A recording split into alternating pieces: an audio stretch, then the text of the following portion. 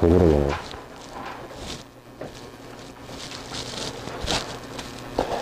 일단 이론적으로 간단하게만 설명을 드릴게요.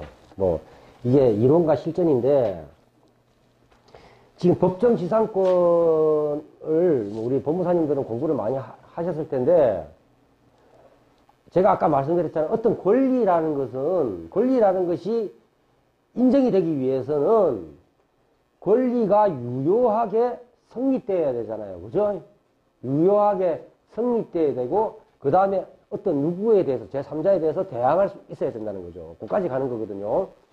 그러니까, 그러면 성립해야 되려면, 유효하게 성립되려면 항상 어떤 그 권리의 성립 요건을 다 민법에서 규정을 하고 있단 말이에요. 자, 근데,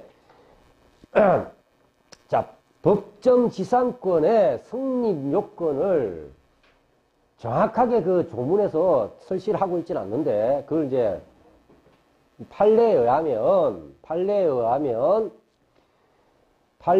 뭐냐면, 성립 요건은 건물이 일단 존재해야 돼요. 우리가 왜냐면, 그 토지 소유권을 제한하면서 그 건물의 사용 수익을 인정해주는 제도가 법정지상권 제도거든요. 그 법정으로. 그러니까, 일단 건물이 존재할 것. 그 다음에 소유자가 동일해야 돼요.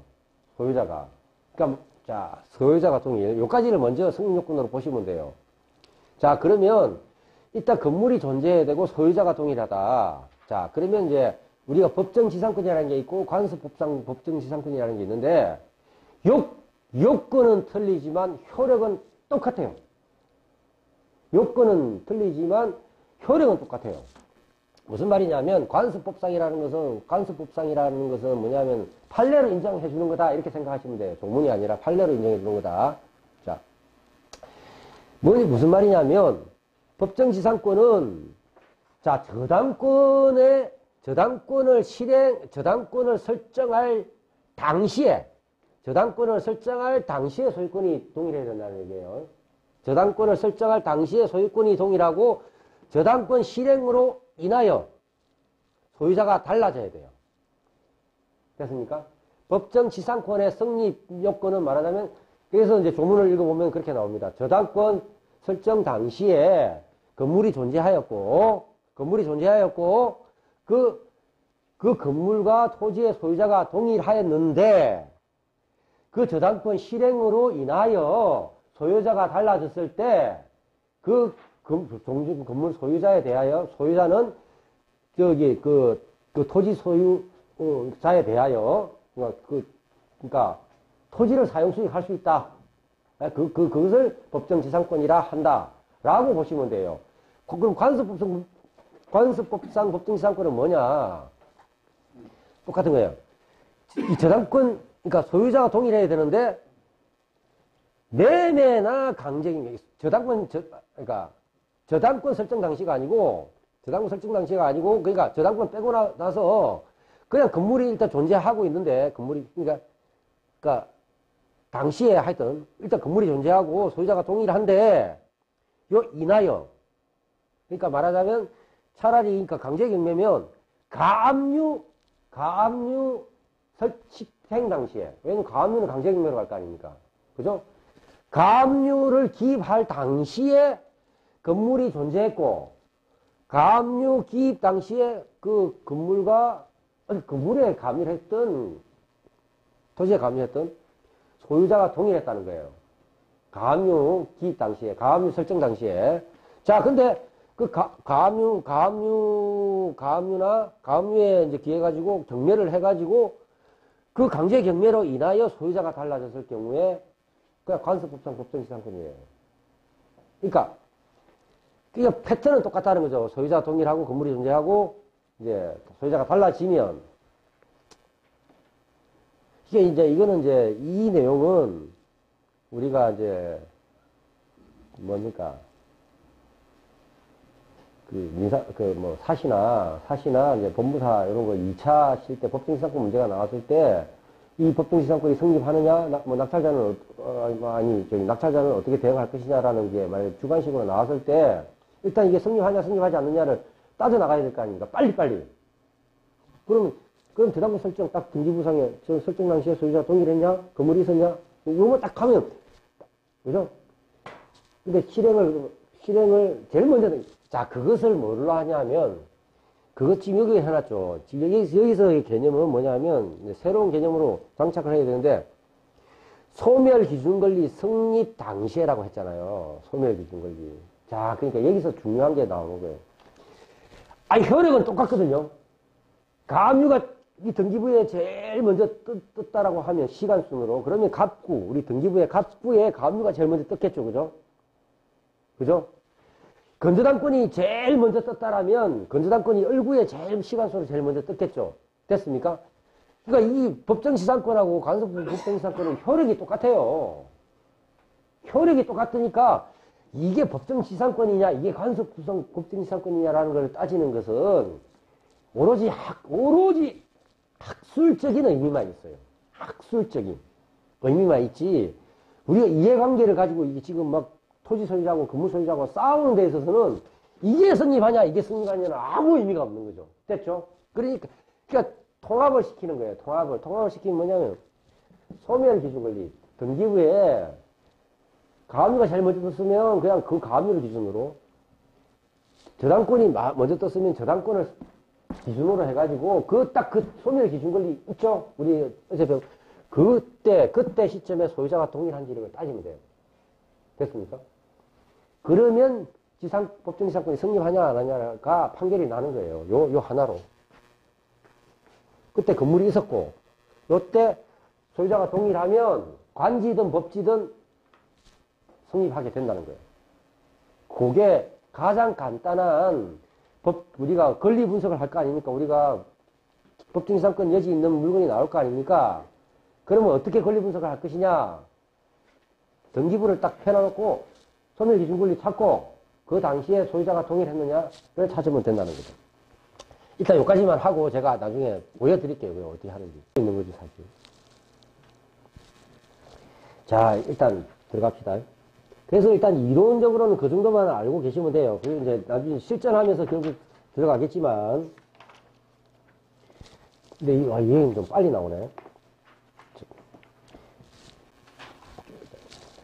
여기 지금 건물 협의 매수 방식 이렇게 해놨는데 어제 강의를 하면서 조금 들어갔어야 되는데 이게 경매투자사무원 측에서 법정지상권을 제가 딱 집어냈어요. 왜냐면 가장 이게 약간 이제 상품이라고 치면 있잖아요. 특수물건을 상품이라고 치면 경매투자사무원 측에 가장 적합한 게 법정지상권 물건이라는 거예요.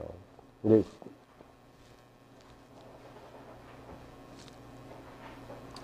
전세가로 낙찰받아 전세를 놓아라. 이게 이제 현재같이 이 부분. 이걸 하는 데 있어서 가장 적합하다고 보시면 돼요.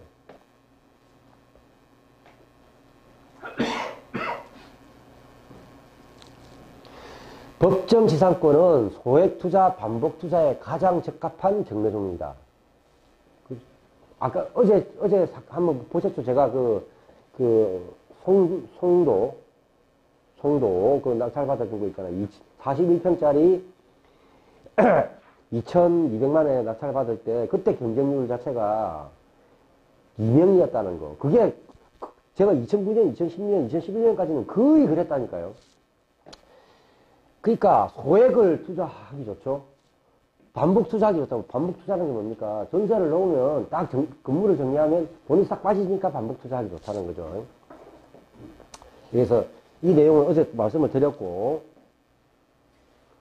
법정지상권, 이게 법정지상권 미래가치로. 그건 이제 땅을 사는 거니까, 그죠? 땅을 사는 거잖아요. 땅에 투자한다. 법정지상권은 땅에 투자하는 것이다.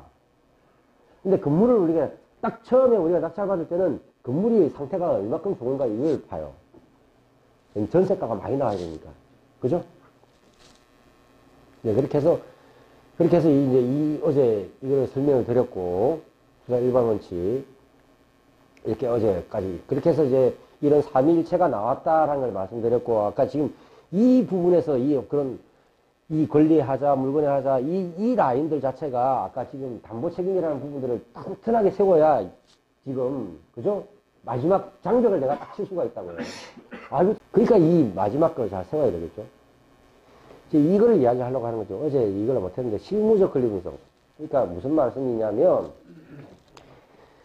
경매라고 하는 것, 부동산이라고 하는 것은 경험 학문이에요. 실무적인 경험 학문이거든요. 지금 제가 막 떠들고 있는데, 물론 제가 법무사를 땄기 때문에 그런 이론의 깊이가 아주 많이 깊어졌지만, 그 깊이까지를 포함해가지고 짧은 시간 내에 2009, 2010, 2011, 3년을 경매를 말하자면 업으로 해버렸잖아요. 내가 돈 벌어야지 낙찰 한 건 하건 내 낙찰을 받았으면 이렇게까지 못했겠죠. 법정지상권을 막 저 사람 돈 벌어주게 하기 위해서 막 발버둥 치면서 제가 60만 원 받고 막 뛰어다녀서 온갖 것을 다 받아서 온갖 것을 다 명도를 했잖아요. 무슨 말씀이냐면 실무를 통해서 이것을 해결하는 방법을 찾는 거라고요. 자, 우리가 법정지상권이 성립한다. 법정지상권이 성립하지 않는다라고 하는 이 양자택일을 권리 분석하는 것은 결국 그거는 물론 이제 그죠? 그 결론이 났다고 해가지고 세상이 달라지진 않아요. 왜? 법정지상권이 성립하면 토지 인도미 건물 청구 소송을 못하고 지뢰 청구밖에 못하는 거잖아요. 소송을 해도 지뢰 청구 소송밖에 못하죠. 성립하지 않는다고 결론이 나도 저쪽에서 버티면 뭡니까? 토지 인도미 건물 청구 소송을 해야 될 거 아닙니까? 그럼 뭐 어느 세월에? 무조건 소송으로 들어가면 최소 6개월, 1년 막 길어지지 않습니까? 그럼 그동안 돈 장비잖아요. 내가 또 나가야 되잖아요. 이기겠죠? 그럼 집행을 합니까? 저쪽에서 자기가 스스로 안 하면 뭡니까? 대체 집행해야 될 거 아닙니까? 수권 결정 받아가지고. 그럼 내가 내 손으로 또 건물을 철거를 해야 되잖아요. 물론 그렇게 저는 그 사이사이 모두에 다 협상 전략이 있지만, 소송하더라도. 그렇게 결론이 나면 무조건 투자 실패잖아요. 그죠? 그러니까 권리 분석이라고 했을 때 이게, 법정상이 성립하지 않느냐라고 이 법정지상권의 투자에 승패가 결정나지는 않는다는 거예요. 성립하지 않던 그 물건이 예를 들어서 그 전 소유자하고 협상만 가능하다면 승패가 나죠. 성립하고 상관없이. 그러니까 어차피 건물을 정리를 해야 될 거 아닙니까? 그죠? 그렇게 가기 위해서 이제 데이터가 필요한 거예요. 데이터가 나오려면 내가 띄워봤어야 되는데, 제가 이미 띄워봤으니까 제가 설명을 드린다는 거죠. 그러니까 이 내용을 넣은 거는 내가 법무사를 위해서 특별하게 제가 업으로 하시는 분들을 기준으로 제가 한번 넣어본 거예요. 자격증이 있어야 경매업을 할 수 있잖아요. 그 자격만 있다고 지금 공인중개사, 법무사, 변호사가 다 합니까? 못 하잖아요. 일단 이론적 체계를 갖춰야 되겠죠. 근데 이론적 체계만 갖춘다고 되는 게 아니에요. 이 실무 경험이 있어야 돼요. 부동산을 다뤄보고 경매를 낙찰받아서 명도까지 해본, 협상을 해본 이런 경험들이 축적이 돼서야 처음 스타트가 가능한 거거든요. 그런 문제가 있는 거죠. 자, 그래서 법정지상권 같은 경우를 제가 해보니까, 이건 그냥 제 틀입니다.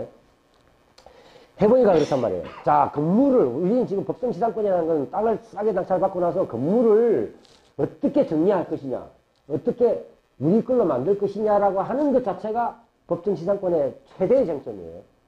됐습니까? 그래야 세를 넣고 우리는 빠져나와서 미래가치를 이제 기다릴 수가 있는 거죠. 근데 이 건물을 정리 못하면 세상에 그냥 말하자면 우리가 땅 사둔 사람밖에 안 되는 거예요. 이해 가시죠? 땅 사둔 사람으로 되면 돈 작은 사람일수록 이제 병신이 되는 거예요.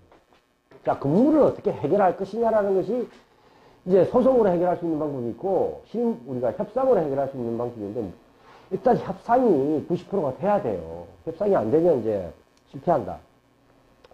건물 협의 매수 해야 되겠죠. 근데 이게 이제 역학적으로 그렇습니다.